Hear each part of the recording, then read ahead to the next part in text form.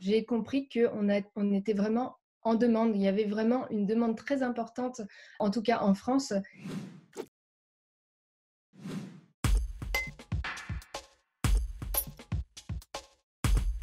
Je m'appelle Axel, alias Eliox. J'ai une chaîne YouTube qui s'appelle Le Labo d'Eliox, qui compte maintenant plus de 200 000 abonnés.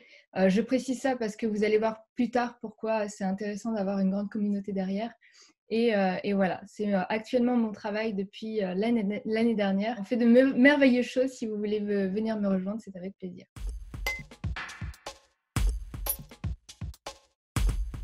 Alors ce projet est né à partir d'un tweet. J'ai lancé tout simplement sur mon compte Twitter une proposition à tous les soignants, le personnel médical qui ont besoin de matériel de protection, de me contacter s'ils le souhaitaient avoir des visières.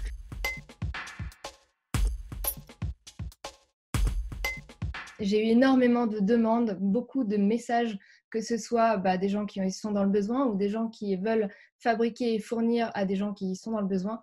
Et je me suis vite sentie très, très débordée. J'ai compris qu'on était vraiment en demande. Il y avait vraiment une demande très importante, en tout cas en France. Et j'ai répondu à pas mal de demandes. J'en ai distribué environ 300 personnellement.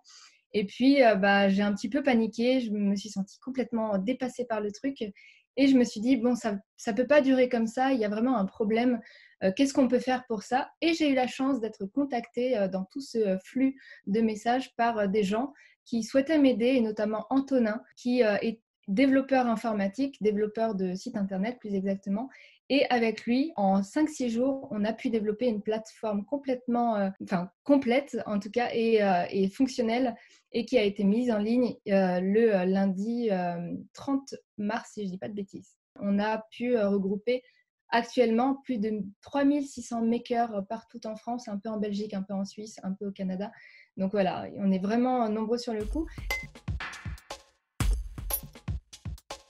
C'est tout simple, on s'y connecte. Si on est une personne qui est en besoin de visière, on s'enregistre et on peut créer une demande dans l'espace membre. La demande est enregistrée, elle est mise dans une file d'attente et l'espace maker, qui est un autre espace avec une autre interface, permet de regarder toutes les demandes qui sont actuellement sur le site et se positionner sur la demande qui pour lui est possible, notamment sur le nombre de visières demandées et sa propre production et sa localisation. Il faut évidemment de préférence que le demandeur et le maker se trouvent pas trop loin de manière à donner ses visières facilement. La plateforme est en ligne sur www.covid3d.fr.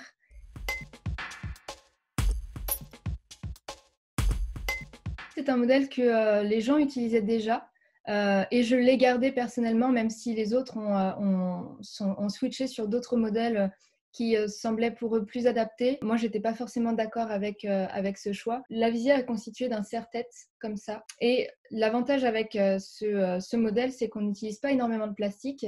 On n'utilise pas non plus d'élastique. Ça tient sur la tête. Ça pince en fait la tête légèrement et ça reste tout seul en place. Et contrairement à d'autres modèles qui étaient beaucoup plus complexes et qui demandaient à chaque fois une matière première en plus, qui est l'élastique.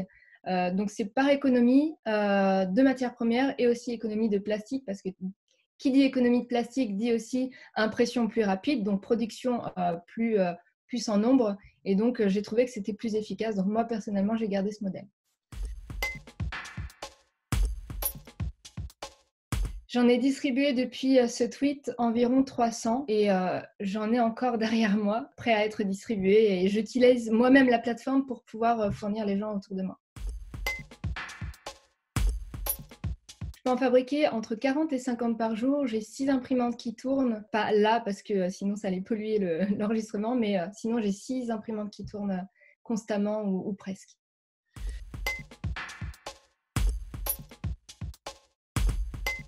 On a reçu beaucoup de demandes, presque toutes ont été prises en charge, donc soit livrées, soit en cours d'être produits et livrés. Il y a très peu de demandes aujourd'hui sur la plateforme qui est restée sans réponse. C'est vraiment toutes les dernières qu'on a reçues, mais ça va vraiment très vite. On est très nombreux à pouvoir fournir les gens. Ouais.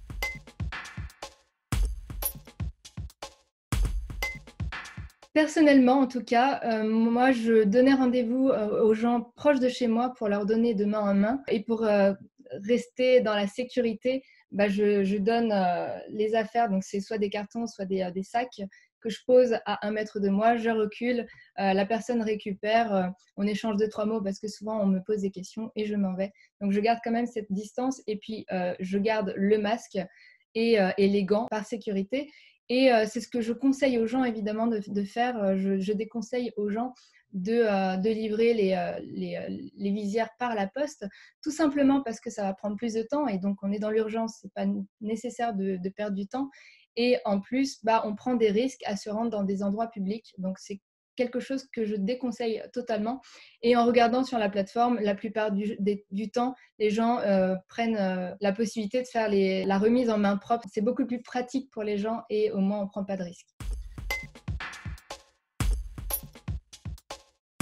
Oui, oui, oui. Actuellement, en tout cas, quand on fait une demande sur le site internet, on a la possibilité de dire qu'on vient d'un domaine médical, mais aussi d'un commerce, par exemple, puisqu'ils sont souvent dans des lieux publics et au contact du public. Donc oui, actuellement, c'est déjà possible en tant que professionnel au contact du public de faire la demande de visière.